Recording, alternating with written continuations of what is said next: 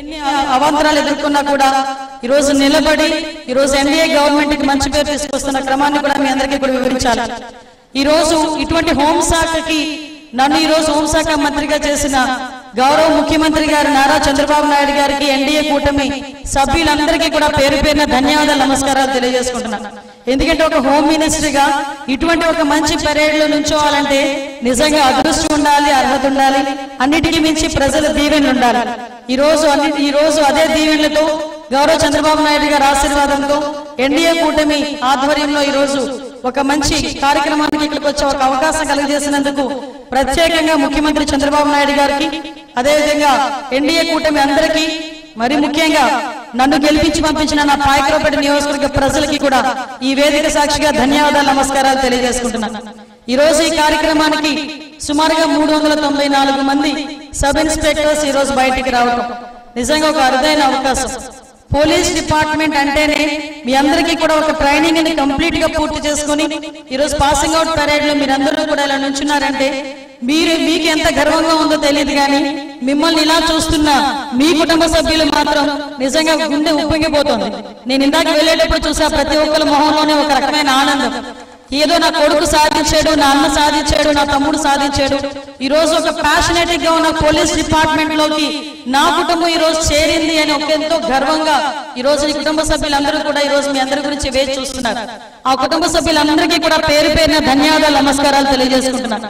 ఎందుకంటే ఒక మిలిటరీలోకి పంపించాలన్నా, police department లోకి పంపించాలన్నా ఎంతో కొంత ఆలోచన చేసుకుని ఇటువంటి సిచ్యువేషన్స్ లో 24 గంటలు కూడా డ్యూటీలోనే ఉండి కుటుంబాలను కూడా పక్కన పెట్టి, భార్య పిల్లల్ని కూడా పక్కన పెట్టి ప్రజా సేవ గురించి సమాజానికి రక్షణ కల్పించడానికి తిండి తిప్పలు మాని ఎండనగా వాననగా ఎండలు ఎండుతూ వానలో తడుస్తూ దుమ్ములోనే కూడా డ్యూటీలు చేస్తూ 24 గంటలు నుంచనే ఉద్యోగమైనా కూడా ఈ సమాజానికి కాపలా కాసినామని గర్వంతో నుంచునే ఇటువంటి ఉద్యోగానికి నా కుటుంబ సభ్యులు పంపించానని గర్వంతో వాళ్ళు, అదేవిధంగా మీరందరూ కూడా సుమారుగా ఈ రోజు నేను చూసుకుంటే దగ్గర 394 మందిలో BTech, MTech, BPharmacy, BSc, BCom అంటే వెల్ ఎడ్యుకేటెడ్ అందరూ కూడా ఈ రోజు ఇంచుమించుగా ఎంటెక్, బీటెక్ చేసిన వాళ్ళు కూడా ఈ రోజు చాలా మంది ఇక్కడ ఉన్నారు. మీరందరూ కూడా ఎంటెక్ చేసుకున్న వాళ్ళు ఏ సాఫ్ట్వేర్ ఉద్యోగాల్లోకో లేకపోతే టెక్నికల్ సైడ్ వెళ్ళొచ్చు, లక్షల కొద్ది జీతాలు వస్తాయి. కానీ మిమ్మల్ని అందరినీ కూడా అప్రిషియేట్ చేయాల్సిన అవసరం ఉంది. ప్రజా సేవ గురించి, పోలీస్ ఉద్యోగం పట్ల ఒక ప్యాషన్ తో ఈ రోజు మీరందరూ కూడా ముందుకు వచ్చారు. ఇందాకే డీసీపీ గారితో నేను ఆ మాట అంటే, కొంతమంది ప్యాషన్ తో వస్తారండి, కొంతమంది వచ్చిన తర్వాత ప్యాషనేట్ గా తయారవుతారు. వన్స్ ఆ కాకి చొక్కా ఒంటి మీద పడేసరికి ఆ గర్వంగా ఉండి ఆ ప్యాషనేట్ జాబ్ చేయడానికి వాళ్ళు చాలా ముందుకు వస్తారని నేను చెప్పినప్పుడు నిజమే కదా అనిపించింది. ఈ ఒక పోలీస్ ఉద్యోగంలోకి రావాలంటే ముందు త్యాగం చేయాలి. ఈ రోజు ఈ ఉద్యోగంలోకి రావడానికి మీరెంత కష్టపడి చదువుంటారు, కష్టపడి చదవడమే కాదు ఎన్నో త్యాగాలు చేస్తుంటారు, చిన్న చిన్న సర్వాలను కూడా పక్కన పెట్టుంటారు. ఈ రోజు ట్రైనింగ్ పూర్తి చేసుకొని ఒక పోలీస్ డిపార్ట్మెంట్ అంటే ఇంచుమించుగా మన కుటుంబంలోకి మీరందరూ అడుగు పెడుతున్న ఒక శుభ సమయంలో మీరందరూ కూడా గుర్తుంచుకోవాల్సిన విషయాలు చాలా ఉన్నాయి. ఈ రోజు ఇందాక హరీష్ కుమార్ గుప్తా గారు చాలా క్లియర్ గా చెప్పారు. ఒక పోలీస్ ఉండాల్సిన లక్షణాలు కానీ, పోలీస్ బయటకు వచ్చిన తర్వాత సమాజం పట్ల అతనికి ఉండాల్సిన బాధ్యత కానీ, ఆ రెండింటినీ కూడా చాలా వివరంగా మీ అందరికీ కూడా చెప్పున్నారు.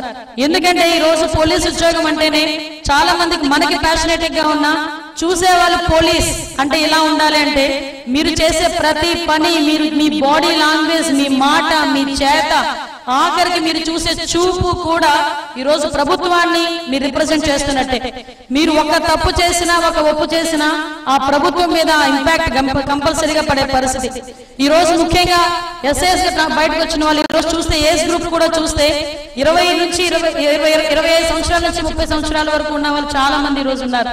మీ అందరికీ కూడా సమాజం పట్ల ఒక ఉడుకు రక్తంతో ఉన్న ఒక రకమైన ప్యాషనేట్ గా బయటకు వచ్చినా కూడా సొసైటీ పట్ల అవగాహన, సాంప్రదాయాల పట్ల అవగాహన కలిగి ఉండాలి, ముఖ్యంగా సమస్య పట్ల అవగాహన కలిగి ఉండాలి. ఈ రోజు మీరు పోలీసు ఉద్యోగంలో బయటకు వచ్చిన తర్వాత ఎన్నో సవాళ్ళు ఎదుర్కోవాల్సి వస్తుంది.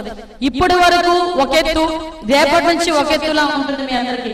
ఎందుకంటే ఇప్పటి వరకు మీ పరిధి చాలా చిన్నది, కానీ రేపటి నుంచి మీ పరిధి చూస్తే చాలా పెద్దది.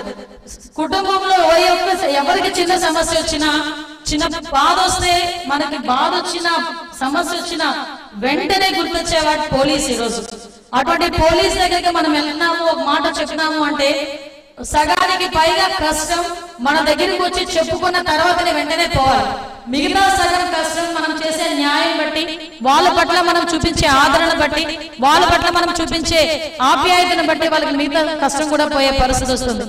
ఒక పోలీస్ స్టేషన్ కి రావాలంటే పలానా ఎస్ఐ గారు ఉన్నారు, పలానా సిఐ గారు ఉన్నారు, మా సమస్యకి పరిష్కారం దొరుకుతుందని నమ్మకంతో వచ్చే పరిస్థితులు